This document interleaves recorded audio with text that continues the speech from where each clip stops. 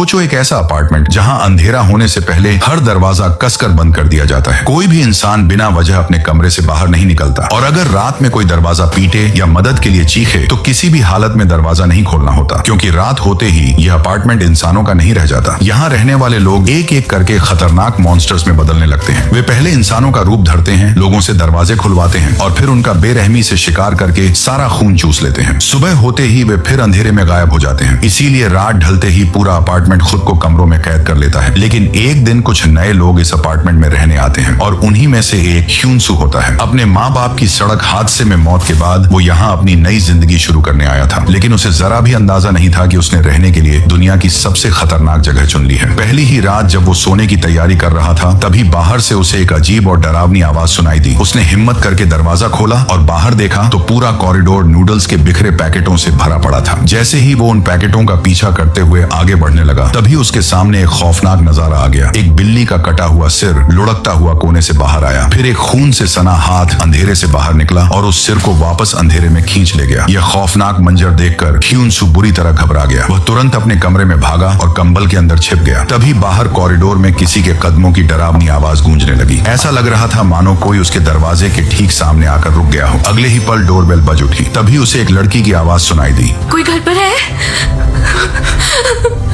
Please मेरी मदद करो। मदद की पुकार सुनकर ह्यूनसू धीरे धीरे दरवाजे की तरफ बढ़ने लगा। कैमरे में उसने देखा कि एक लड़की दरवाजे के बाहर खड़ी थी। वह रोते हुए कह रही थी कि उसकी जान खतरे में है, कोई रहस्यमयी चीज उसका पीछा कर रही है। इसलिए वह बार बार दरवाजा खोलने की गुहार लगाने लगी। ह्यूनसू ने पहले उसे शांत रहने को कहा, फिर उसने पुलिस को फोन लगाया, लेकिन फोन में बिल्कुल भी नेटवर्क नहीं था। अब उसके पास दरवाजा खोलने के अलावा कोई और रास्ता नहीं बचा था। लेकिन जैसे ही वह हैंडल की तरफ बढ़ा, उसे अचानक कुछ याद आ गया। ह्यूनसू ने लड़की से कहा कि पहले अपने दोनों हाथ दिखाओ। ये सुनते ही लड़की का चेहरा अचानक बदल गया। वह बुरी तरह तिलमिला उठी। अगले ही पल उसकी नाक से खून बहने लगा और फिर वो पागलों की तरह ह्यूनसू के दरवाजे को पीटने लगी। ऐसा लग रहा था कि वह किसी भी पल दरवाजा तोड़ देगी। लेकिन तभी ऊपर से तेज म्यूजिक बजने लगा। आवाज सुनते ही वह रहस्यमयी लड़की उसी दिशा में चली गई। उसके जाते ही ह्यूनसू ने एक झाड़ू उठाया और तुरंत बाहर निकल आया। कॉरिडोर के मोड़ पर पहुंचते ही उसकी मुलाकात सेंग नाम के एक आदमी से हुई। उसने उससे फौरन पूछा कि क्या तुमने एक अजीब सी औरत को देखा है? लेकिन सेंग कुछ बोल पाता उससे पहले ही ह्यूनसू अचानक बेहोश होकर जमीन पर गिर पड़ा। उधर जीसू अपने कमरे में गाने की प्रैक्टिस कर रही थी। तभी उसे दरवाजे पर दस्तक सुनाई दी। जैसे ही वह दरवाजा खोलने बढ़ी तो सामने उसे एक डरावनी औरत खड़ी दिखाई दी। वह लगातार कुछ बड़बड़ा रही थी और जोर जोर से चीख रही थी। फिर अचानक उसने पूरी ताकत से दरवाजा पीटना शुरू कर दिया। उसके जोरदार हमलों से लोहे के दरवाजे पर गहरे निशान पड़ने लगे। ऐसा लग रहा था कि अब वो किसी भी पल अंदर घुस जाएगी। डर के मारे जीसू ने तुरंत पास रखा बेसबॉल बैट उठा लिया, लेकिन तभी बाहर से आती आवाज अचानक गायब हो गई। लेकिन जैसे ही वो दरवाजे के पास पहुंची, तभी अचानक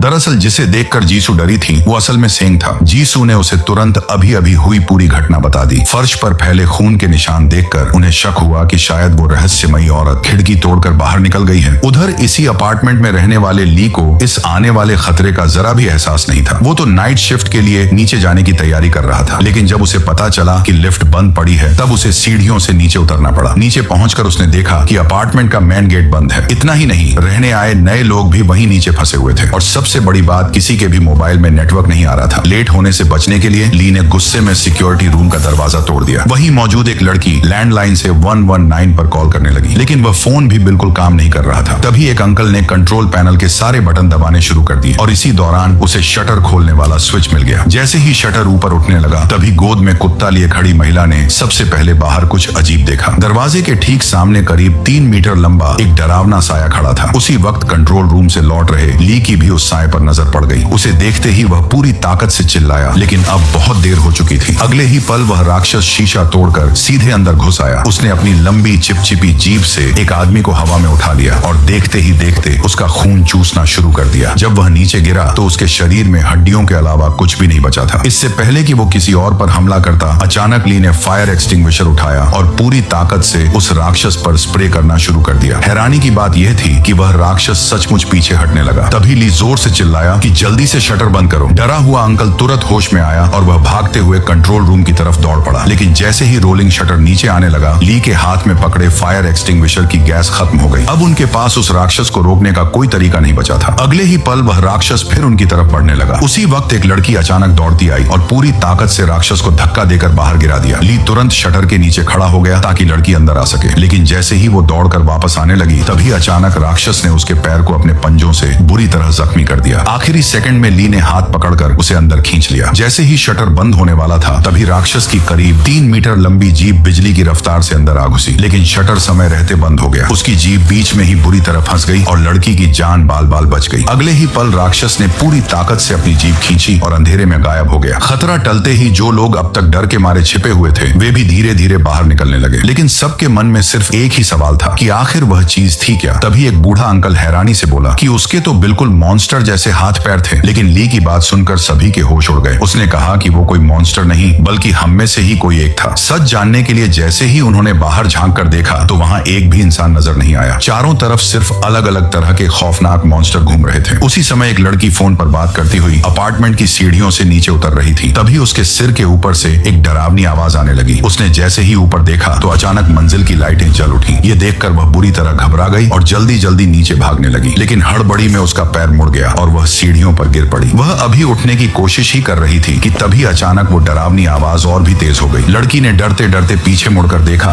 तो वहां वही आदमी सेंग खड़ा था। उसे देखते ही उसने राहत की सांस ली। लेकिन इससे पहले कि सेंग कुछ समझ पाता, लाल कपड़ों वाली वह डरावनी औरत अचानक पीछे से उस पर झपट पड़ी और उसके कंधे को बुरी तरह काट लिया। लड़की यह सब देखकर डर के मारे खड़ी हो गई। लेकिन तभी सेंग ने औरत को बालों से पकड़कर दूर फेंक दिया। जैसे ही सेंग अपने जख्म देखने लगा, तभी अचानक वो औरत फिर उस पर टूट पड़ी। लेकिन इस बार उसने तुरंत उसका गला पकड़ लिया। तभी सेंग की नजर उसके माथे पर लिखे फ्लैट नंबर पर पड़ी। उसे समझते देर नहीं लगी कि यही वो औरत थी जो पहले लोगों के दरवाजे तोड़ रही थी। बिना देर किए उसने उसके सिर पर जोरदार मुक्का मारा और वह सीधे जमीन पर जा गिरी। लेकिन अगले ही पल वह अजीब तरीके से फिर से उठ खड़ी हुई और लड़की की तरफ बढ़ने लगी। तभी सेंग ने उसे एक जोरदार लात मारी और वह सीधे दीवार में जा धंसी। लेकिन सेंग यही नहीं रुका, वह लगातार उस पर लातें बरसाता रहा। ये खौफनाक नजारा देखकर पास खड़ी लड़की डर के मारे सुन्न पड़ गई। उधर ह्यूनसू भी होश में आ चुका था। वह जानना चाहता था कि बाहर आखिर हो क्या रहा है, इसीलिए उसने इंटरनेट पर जवाब ढूंढना शुरू किया। उधर ली भी यही जानकारी तलाश रहा था। तभी दोनों की नजर एक ही पोस्ट पर पड़ी। उसमें लिखा था कि यह कोई बीमारी नहीं बल्कि एक श्राप है। पोस्ट में आगे लिखा था कि जो लोग मॉन्स्टर बनने वाले होते हैं, उनकी नाक से पहले खून बहने लगता है और उन्हें अजीब अजीब आवाजें सुनाई देने लगती हैं। इसके बाद इंसान धीरे धीरे एक डरावने मॉन्स्टर में बदल जाता है। आखिर में उसने चेतावनी दी कि अगर तुम्हारे अंदर भी ऐसे लक्षण दिखने लगे तो जितनी जल्दी हो सके खुद को मार डालो। वह आगे इन मॉन्स्टर्स से बचने का तरीका बताने ही वाला था कि अचानक पूरा इंटरनेट बंद हो गया। उसी वक्त भूख के मारे ह्यूनसू के पेट में जोर जोर से गुड़गुड़ाहट होने लगी। तभी उसे याद आया कि बाहर अभी भी आधा डिब्बा इंस्टेंट नूडल्स पड़ा है। हिम्मत जुटाकर उसने धीरे धीरे दरवाजा खोला, लेकिन बाहर झांकते ही उसके होश उड़ गए। एक खौफनाक मॉन्स्टर दरवाजे का सहारा लेकर सीधे उसकी तरफ बढ़ रहा था। यह देखकर ह्यूनसू ने तुरंत अपना मुंह दबा लिया ताकि जरा सी भी आवाज न हो। दरअसल उस मॉन्स्टर का आधा सिर गायब था, लेकिन उसकी सुनने की ताकत बेहद खतरनाक थी। जरा सी आवाज भी उसे सीधे अपने शिकार तक पहुंचा सकती थी। इसलिए ह्यूनसू धीरे धीरे अपनी सुरक्षा के लिए पास पड़ी झाड़ू उठाने लगा। लेकिन तभी हल्की सी आवाज मॉन्स्टर के कानों तक पहुंच गई। वह तुरंत ह्यूनसू की तरफ मुड़ा, लेकिन वह हमला करता उससे पहले ही ली की वॉकी टॉकी बज उठी। आवाज सुनते ही मॉन्स्टर ने दूसरी तरफ हमला कर दिया और ह्यूनसू की जान बच गई। अब वह जरा सी भी आवाज करने की हिम्मत नहीं जुटा पा रहा था। तभी वह मॉन्स्टर धीरे धीरे उसकी तरफ बढ़ने लगा। ह्यूनसू बिना हिले डुले चुपचाप वहीं पड़ा रहा और देखते ही देखते वो मॉन्स्टर उसके कमरे से बाहर निकल गया। इससे पहले कि वो राहत की सांस ले पाता, अचानक नीचे से कुछ हलचल की आवाज आई। उसने खिड़की से झांक कर देखा तो एक आदमी खाने पीने का सामान ढूंढने के लिए बिल्डिंग से नीचे उतर रहा था। जाने से पहले उसने अपनी बेटी से कहा कि मैं खाना लेकर जल्दी वापस आ जाऊंगा, तब तक अपने छोटे भाई का ध्यान रखना। लेकिन उसकी बात पूरी भी नहीं हुई थी कि अचानक एक विशाल आंखों वाला डरावना मॉन्स्टर उसके सामने आ गया। उसे देखकर आदमी बुरी तरह घबरा गया और अचानक 12th फ्लोर से सीधे नीचे गिर पड़ा। ये नजारा देखकर उसकी बेटी जोर से चीख पड़ी और उसी चीख ने उस विशाल आंखों वाले मॉन्स्टर का ध्यान अपनी तरफ खींच लिया। ठीक उसी पल जब वो मॉन्स्टर उन बच्चों पर हमला करने वाला था, तभी ऊपर से एक भारी मॉनिटर सीधा उसके सिर पर आ गिरा। अचानक हुए इस हमले से बड़ी आंखों वाला मॉन्स्टर बुरी तरह भड़क गया। उसने अपनी लंबी गर्दन सांप की तरह फैलाई और सीधे ह्यूनसू की खिड़की पर हमला कर दिया।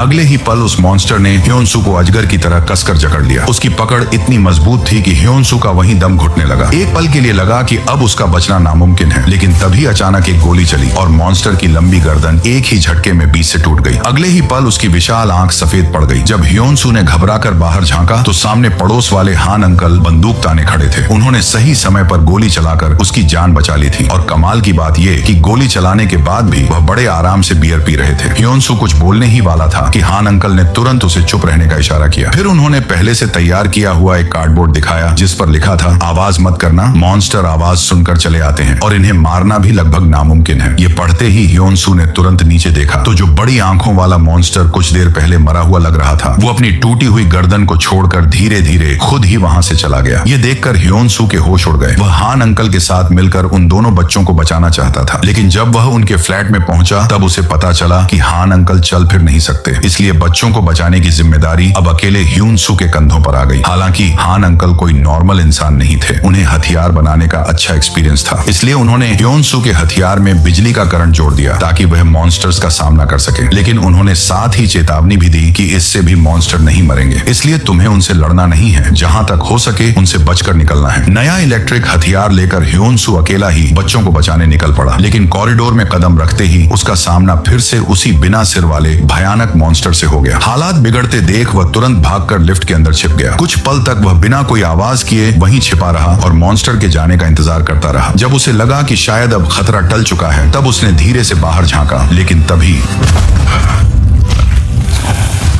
दरअसल मक्खी की भनभनाहट ने मॉन्स्टर का ध्यान उसकी ओर खींच लिया था। ह्योनसू ने इस मौके का पूरा फायदा उठाया। उसने अपना इलेक्ट्रिक चाकू सीधे मॉन्स्टर के शरीर में घोंप दिया। 1 लाख वोल्ट का तेज झटका लगते ही मॉन्स्टर का पूरा शरीर सुन्न पड़ गया। ह्योनसू जानता था कि यह मौका दोबारा नहीं मिलेगा, इसलिए वह फौरन वहां से भाग निकला, लेकिन वह ज्यादा दूर नहीं पहुंचा था कि मॉन्स्टर फिर से उसके पीछे आ गया। अगले ही पल उसने अपना लंबा हाथ लहराया और उसके टेंटेकल सीधे ह्योनसू की तरफ बढ़ने लगे। किस्मत से यह मॉन्स्टर पूरी तरह अंधा था, इसी वजह से उसका हमला एक बार फिर चूक गया। तभी मॉन्स्टर को अपनी तरफ आते देख ह्योनसू ने तुरंत पास पड़ी 2 बॉल उठाई और उसकी तरफ फेंक दी। आवाज सुनते ही मॉन्स्टर उसी दिशा में मुड़ गया। इसी मौके का फायदा उठाकर ह्योनसू ने फिर से अपना इलेक्ट्रिक चाकू सीधे उसके शरीर में घोंप दिया। इस बार करंट का झटका इतना जबरदस्त था कि मॉन्स्टर कुछ ही पल में सीधे जमीन पर ढेर हो गया। मॉन्स्टर को चकमा देकर ह्योनसू आखिरकार उन दोनों भाई बहन के फ्लैट तक पहुंच गया। उसने पहले दोनों को शांत कराया, फिर उन्हें अपने साथ सुरक्षित बाहर ले जाने लगा। लेकिन जैसे ही तीनों कमरे से बाहर निकले, तभी अचानक ह्योनसू के अंदर मौजूद मॉन्स्टर वायरस एक्टिव हो गया। उसकी नाक से तेजी से खून बहने लगा। तभी हमें पता चला कि मॉन्स्टर से लड़ाई के दौरान वह भी संक्रमित हो चुका था, यानी वह किसी भी वक्त मॉन्स्टर बन सकता था। ह्योनसू का शरीर तेजी से उसका साथ छोड़ने लगा। ऐसा लग रहा था कि वह अब पूरी तरह मॉन्स्टर में बदल जाएगा, लेकिन तभी एक दरवाजे के टकराते ही वो नीचे गिर पड़ा। अगले ही पल सामने एक विशालकाय मॉन्स्टर दिखाई दिया, जिसके चेहरे पर एक डरावनी मुस्कान थी। वह पूरी ताकत से दीवार तोड़कर अंदर घुस आया। अंदर आते ही उसकी नजर सीधे उन दोनों बच्चों पर पड़ी और अगले ही पल वह उनकी तरफ बढ़ने लगा। जैसे ही उसने अपना हाथ उनकी तरफ बढ़ाया, उसी पल ह्योनसू ने उसका पैर कसकर पकड़ लिया और दोनों भाई बहन से जल्दी भागने को कहा। लेकिन उन्हें भागता देखकर मसल मॉन्स्टर के चेहरे पर फिर वही डरावनी मुस्कान आ गई। अगले ही पल उसने ह्योनसू को एक जोरदार लात मारी, फिर गुस्से में उस पर मुक्कों की बारिश शुरू कर दी। वह उसे जान से मार देना चाहता था। ठीक उसी समय ह्योनसू के 2 दोस्त वहां पहुंच गए। आते ही ह्योन ने अपनी तलवार से मॉन्स्टर पर ताबड़तोड़ वार किए, जिससे वो कुछ ही पलों में जमीन पर ढेर हो गया। उधर जीसू ने मौका देखकर तुरंत मलबे में फंसे ह्योनसू को बाहर खींच लिया। इसके बाद दोनों उसे उठाकर एक सुरक्षित कमरे में ले आए। धीरे धीरे ह्योनसू की काली पड़ चुकी आंखें फिर से नॉर्मल होने लगी। अब किसी को भी समझ नहीं आ रहा था कि वह सचमुच मॉन्स्टर बन चुका है या अभी भी इंसान है। उधर दोनों भाई बहन भागते भागते कॉरिडोर में पहुंच गए, लेकिन तभी उनका सामना उसी अंधे मॉन्स्टर से हो गया। उसे देखते ही छोटा भाई अपनी पैंट में ही पेशाब कर बैठा। तभी उसकी बहन को ह्योनसू की बात याद आई। उसने कहा था कि कॉरिडोर में एक अंधा मॉन्स्टर घूमता है, वह देख नहीं सकता, लेकिन आवाज सुनकर हमला करता है। ये याद आते ही लड़की ने तुरंत अपने भाई का मुंह कसकर बंद कर दिया। दोनों ने अपनी सांसें रोक ली और बिना कोई आवाज किए वहीं बिल्कुल शांत खड़े हो गए। खुशकिस्मती से कुछ ही पल बाद वो अंधा मॉन्स्टर वहां से चला गया, लेकिन दोनों भाई बहनों ने अभी राहत की सांस भी नहीं ली थी कि मसल मॉन्स्टर फिर उनके पीछे आ पहुंचा। डर के मारे दोनों जोर से चीख पड़े और तभी अचानक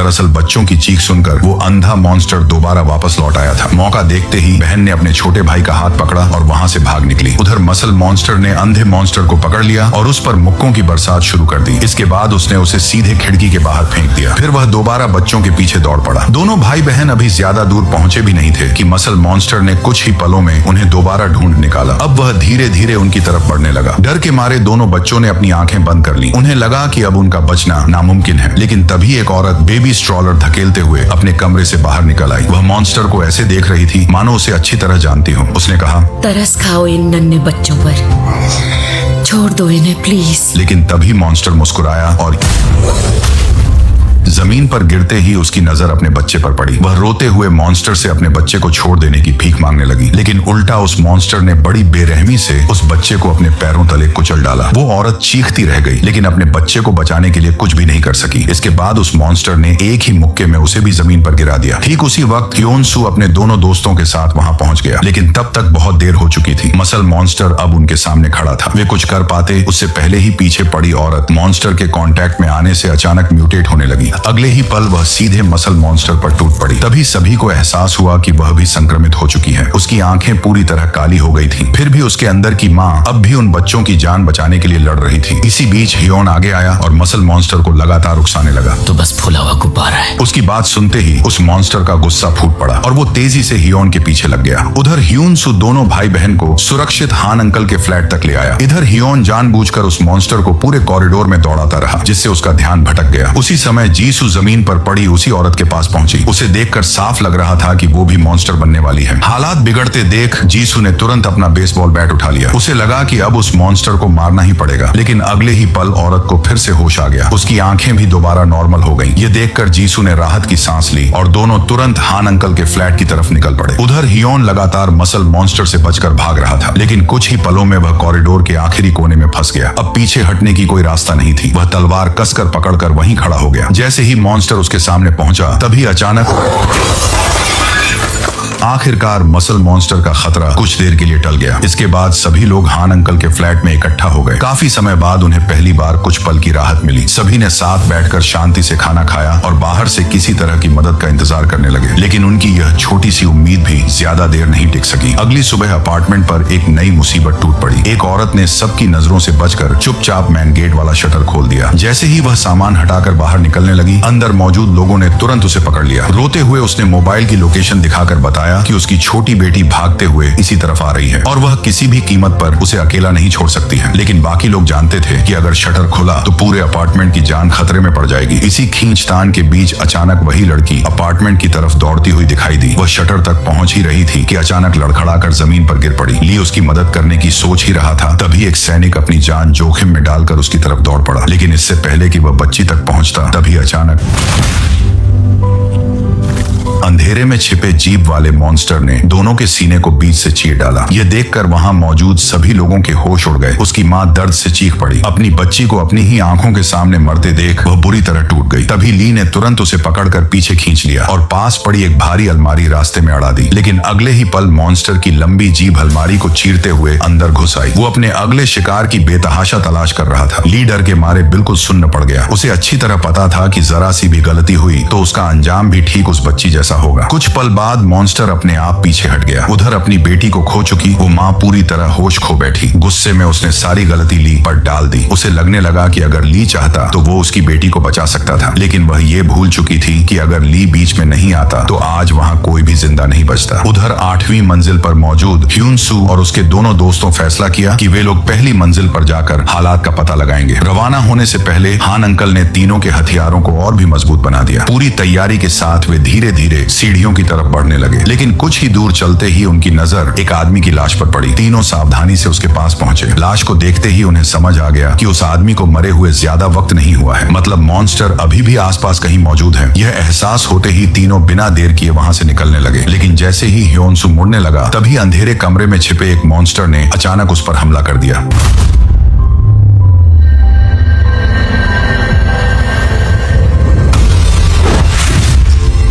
ह्योनसू 8वीं मंजिल से सीधे पहली मंजिल पर आ गिरा। उसके सिर से बहता खून देखकर वहां मौजूद लड़की के होश उड़ गए। एक पल के लिए सबको लगा कि अब वो नहीं बच पाएगा, लेकिन सिर्फ 3 घंटे बाद ह्योनजू अचानक उठकर बैठ गया, मानो उसके साथ कुछ हुआ ही ना हो। ये देखकर सबके होश उड़ गए। अब उन्हें यकीन हो गया कि मॉन्स्टर वायरस ने उसे खतरनाक हीलिंग पावर दे दी है। यही वजह थी कि अब उसे मारना लगभग नामुमकिन हो चुका था। यही बात सोचकर बुढ़े अंकल ने सख्त लहजे में कहा कि सबकी सुरक्षा के लिए ह्योनसू को तुरंत यहाँ से निकाल देना चाहिए। लेकिन कई लोग ऐसा करने के सख्त खिलाफ थे। उनका मानना था कि ह्योनसू ने अब तक कई लोगों की जान बचाई है, ऐसे में उसे अकेला छोड़ देना बिल्कुल सही नहीं होगा। बहस बढ़ती देख आखिरकार सभी ने वोटिंग कराने का फैसला किया, लेकिन नतीजा सामने आते ही बुढ़े का गुस्सा फूट पड़ा, क्योंकि ज्यादातर लोग ह्योनसू को बाहर निकालना नहीं चाहते थे। उसे शक हुआ कि उसकी पत्नी ने भी ह्योनसू के पक्ष में वोट दिया है। गुस्से में वह चिल्लाकर बोला कि जिसने भी ह्योनसू को वोट दिया है उसे भी यहाँ से बाहर निकाल दो। बुढ़े की बात अभी खत्म नहीं हुई थी कि तभी अचानक उसकी नाक से तेजी से खून बहने लगा। उसी पल सभी को समझ आ गया कि जो मतलबी बुढ़ा ह्योनसू को निकालने की बात कर रहा था वो खुद वायरस से संक्रमित हो चुका था। यहीं से पूरा खेल पलट गया। अब उसी बुढ़े को ह्योनसू के साथ एक कमरे में क्वारंटाइन कर दिया गया। उधर जिस औरत ने मसल मॉन्स्टर पर हमला किया था वह रसोई में गुनगुनाते हुए सब्जियां काट रही थी, लेकिन अचानक उसके हाथ पहले से कहीं ज्यादा तेज चलने लगे और गलती से उसने अपनी ही उंगली काट डाली। फिर भी उसे जरा भी दर्द महसूस नहीं हुआ। धीरे धीरे उसकी दोनों आंखें पूरी तरह काली पड़ गईं। तभी उसने अपना सिर घुमाया और पास में सो रहे बच्चों को घूरने लगी। उधर हान अंकल हथियारों को सुधारने में व्यस्त थे। तभी छोटी लड़की ने बाथरूम की तरफ देखते हुए कहा कि आंटी बहुत देर से अंदर हैं और अब तक बाहर नहीं आई हैं। हान अंकल को लगा कि शायद उसे खुद बाथरूम जाना है, इसलिए उन्होंने पूछा कि वो अंदर कब से हैं? तब लड़की ने जवाब दिया, वो 1 घंटे से अंदर है। ये सुनते ही हान अंकल को कुछ गड़बड़ लगी। उन्होंने तुरंत अपना हथियार उठाकर सावधानी से बाथरूम का दरवाजा खोल दिया, लेकिन अंदर का नजारा देखकर उनके होश उड़ गए। पूरे बाथरूम में एक विशाल रहस्यमयी कोकून बना हुआ था, लेकिन वह औरत कहीं नजर नहीं आ रही थी। तभी उन्हें एहसास हुआ कि संक्रमित होने की वजह से वो अब एक नए तरह के मॉन्स्टर में बदल चुकी थी। ठीक उसी पल उसे कोकून के अंदर एक विशाल बच्चा हिलता हुआ दिखाई दिया। वे डर के मारे ट्रिगर दबाने ही वाले थे कि तभी उसे उस औरत की आखिरी बात याद आ गई। अगर मैं मॉन्स्टर बन गई तो मुझे मार डालना। ये सब याद आते ही हान अंकल की आंखें नम हो गईं। उनका हाथ ट्रिगर पर था, लेकिन चाहकर भी वे गोली नहीं चला पाए, क्योंकि वे जानते थे कि संक्रमित होने के बाद भी उस औरत के दिल में अब भी इंसानियत बाकी थी। वह उन बच्चों को कभी नुकसान नहीं पहुंचाना चाहती थी, इसलिए हान अंकल भी उसे मार नहीं पाए। आखिरकार उन्होंने एक दर्दनाक फैसला लिया। उन्होंने चुपचाप बाथरूम का दरवाजा बंद कर दिया और बाहर आकर बच्चों से सिर्फ इतना कहा कि वो आंटी यहाँ से जा चुकी हैं। उधर मेज पर रखा टिफिन बॉक्स और 2 स्कार्फ उन दोनों बच्चों के लिए उस औरत की तरफ से छोड़ी गई आखिरी निशानी थी। उस रात पूरे अपार्टमेंट में गहरा सन्नाटा पसरा रहा। कोई नहीं चाहता था कि अगली सुबह हो, क्योंकि किसी को नहीं पता था कि इस बार कौन सी नई मुसीबत उनका इंतजार कर रही है। लेकिन रात किसी के लिए नहीं रुकती। आखिरकार सुबह हो ही गई। तभी ली ने ह्योनसू को अपने पास बुलाया और बिना बातों को घुमाए सीधे उससे कहा, तुम्हें अब हमारे लिए बहुत सारे खतरनाक काम करने पड़ेंगे। मना करने का ऑप्शन नहीं है तुम्हारे पास।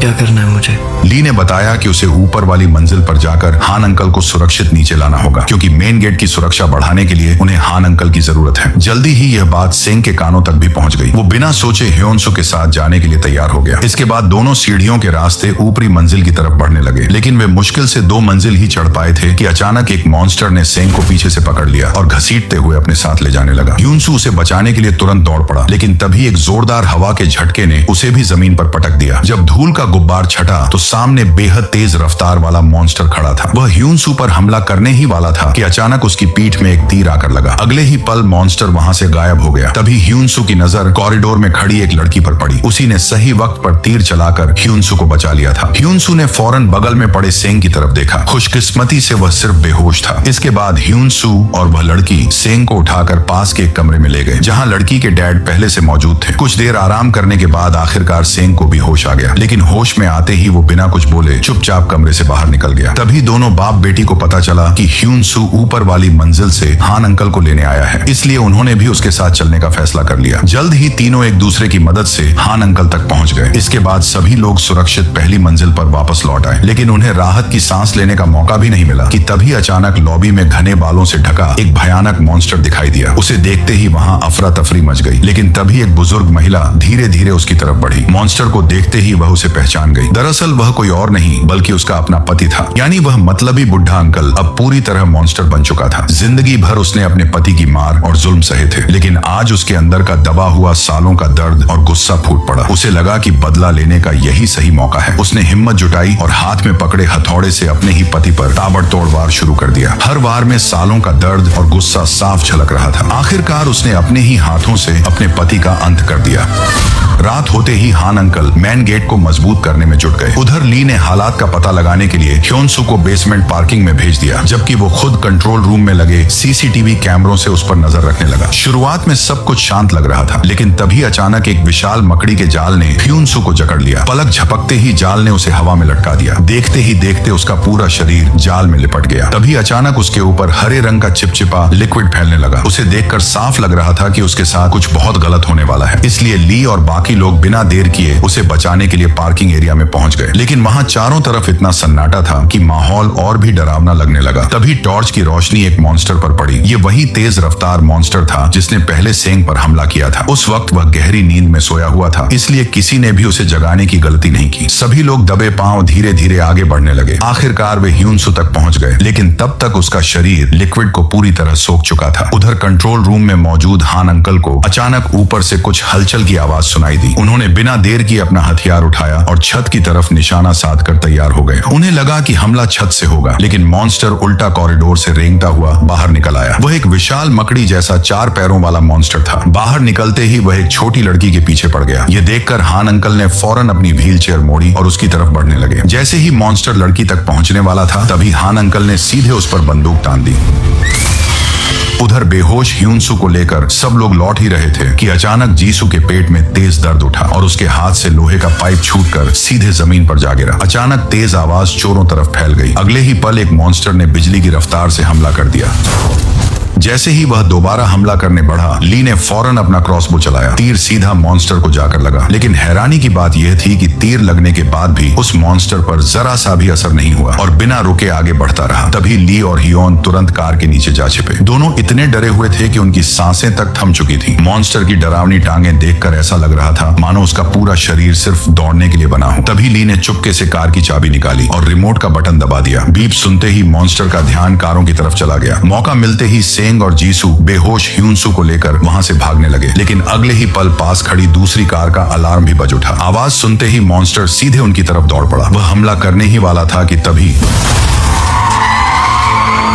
दरअसल हियोन और ली गाड़ी लेकर सही समय पर वहां पहुंच गए थे। सभी लोग फौरन गाड़ी में सवार हो गए। इसके बाद ली ने पूरी रफ्तार से गाड़ी पार्किंग एरिया से बाहर दौड़ा दी, लेकिन इंजन की आवाज सुनकर आसपास छिपे सभी मॉन्स्टर्स जाग गए। कुछ ही पल में वे चारों तरफ से गाड़ी पर टूट पड़े, लेकिन ली बिना रुके गाड़ी दौड़ाता रहा। तभी एक मॉन्स्टर सीधे विंडशील्ड पर चढ़ गया। उसकी वजह से सामने का रास्ता पूरी तरह बंद हो गया। अगले ही पल गाड़ी जोरदार टक्कर के साथ एक रेत के ढेर से जा टकराई। वे लोग बिना देर किए तुरंत गाड़ी से बाहर निकल आए। सिंह सबसे आगे खड़े होकर सभी को कवर देने लगा। किसी तरह वे पार्किंग एरिया से जिंदा बाहर निकलने में कामयाब हो गए। उधर विशाल मकड़ी जैसा मॉन्स्टर हान अंकल के पीछे पड़ा था। अंकल रेंग रेंग कर अपनी जान बचा रहे थे। तभी वह छोटी लड़की उन्हें बचाने के लिए वहां पहुंच गई, लेकिन जैसे ही वह मॉन्स्टर उन तक पहुंचने वाला था, तभी अंकल ने पहले से तैयार जाल एक्टिव कर दिया। अगले ही पल जोरदार झटके के साथ विशाल मकड़ी मॉन्स्टर हवा में लटक गया, लेकिन उसी दौरान उसके पंजे में फंसकर छोटी लड़की भी हवा में लटक गई। मॉन्स्टर की ताकत इतनी ज्यादा थी कि उसने कुछ ही पलों में जाल की रस्सियां तोड़ डाली। ये देखकर हान अंकल ने लड़की को तुरंत भागने के लिए कहा, लेकिन अगले ही पल वे खुद मॉन्स्टर के पंजों में फंस गए। ऐसा लग रहा था कि अब उनका बचना नामुमकिन है। तभी अपार्टमेंट की सारी लेडीज दौड़ती हुई वहां पहुंची। उन्होंने मिलकर जाल की रस्सियां पूरी ताकत से खींची। अगले ही पल विशाल मकड़ी मॉन्स्टर फिर से हवा में लटक गया। इसी बीच छोटी लड़की ने अपना बनाया हुआ पेट्रोल बम पूरी ताकत से मॉन्स्टर की तरफ फेंक दिया। अचानक उसका पूरा शरीर आग की लपटों में गिर गया। दर्द से तड़पता हुआ मॉन्स्टर भयानक चीखें मारते हुए छटपटाने लगा, लेकिन उधर रस्सी पकड़े लेडीज उसे ज्यादा देर तक नहीं रोक पाई। आखिरकार मॉन्स्टर रस्सी तोड़कर फिर से आजाद हो गया। अब वह धीरे धीरे घायल पड़े हान अंकल की तरफ बढ़ने लगा, लेकिन ऐन वक्त पर ली और बाकी लोग वहां पहुंच गए। उन्होंने समय रहते हान अंकल की जान बचा ली। ह्योनसू ने तुरंत अपना इलेक्ट्रिक हथियार सीधे मॉन्स्टर के शरीर में घोंप दिया। अगले ही पल तेज करंट मॉन्स्टर के पूरे शरीर में दौड़ पड़ा। दर्द से तड़पता हुआ मॉन्स्टर बार बार अपने नुकीले पंजे ह्योनसू के शरीर में घोंपता रहा, लेकिन ह्योनसू 1 इंच भी पीछे नहीं हटा। वह अपनी जान की परवाह किए बिना उसे लगातार बिजली के झटके देता देखता रहा। आखिरकार दोनों एक साथ जमीन पर गिर पड़े। ये नजारा देखकर वहां मौजूद सभी लोगों की सांसें थम गईं। सबको लगा कि ह्योन-सू ने अपनी जान कुर्बान कर दी है, लेकिन अगले ही पल ह्योन-सू ने मॉन्स्टर को धक्का दिया और लड़खड़ाते हुए फिर से अपने पैरों पर खड़ा हो गया। इस बार उसकी दोनों आंखें पूरी तरह काली पड़ चुकी थीं। यह नजारा देखकर वहां मौजूद हर इंसान पूरी तरह सन्न रह गया। आज अगर वे जिंदा थे तो सिर्फ ह्योन-सू की वजह से, लेकिन सबको अजीब नजरों से घूरते देख वह लड़खड़ाते हुए अपने क्वारंटाइन कमरे की ओर चल पड़ा। जैसे ही वह दरवाजे तक पहुंचा तभी एक लड़की आगे आकर बोली, हमें माफ कर दो,